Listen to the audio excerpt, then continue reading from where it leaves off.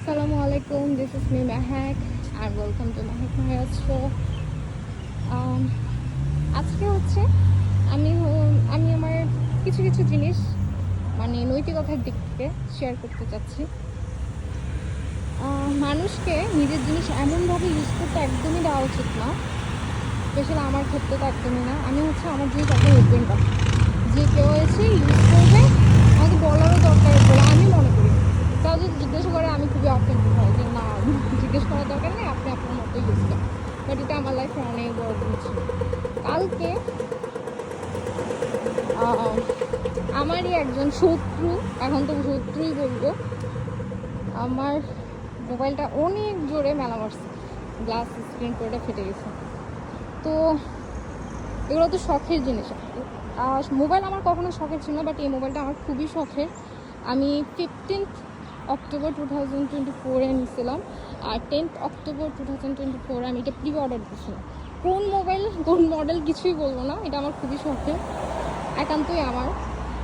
তো মানুষকে আসলে ধরতে দিলে বলে না, হাত ধরতে গেলে গলা ধরে, এই অবস্থা আর কি।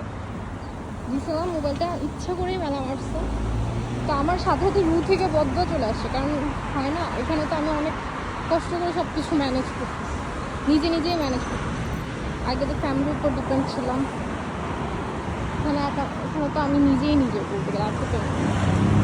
তো এখন যতবারই আমি আমার মোবাইলটা দেখি খুব খারাপ লাগে, কারণ আমার মোবাইলের স্ক্রিন ফেটে গেছে।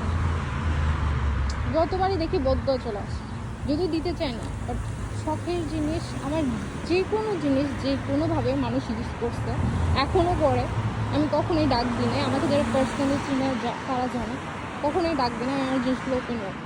বাট শখের জিনিস এটা হাত দিলে আমার খুব রাগ হয়, আর মোবাইল জিনিসটা তো আরও শখ।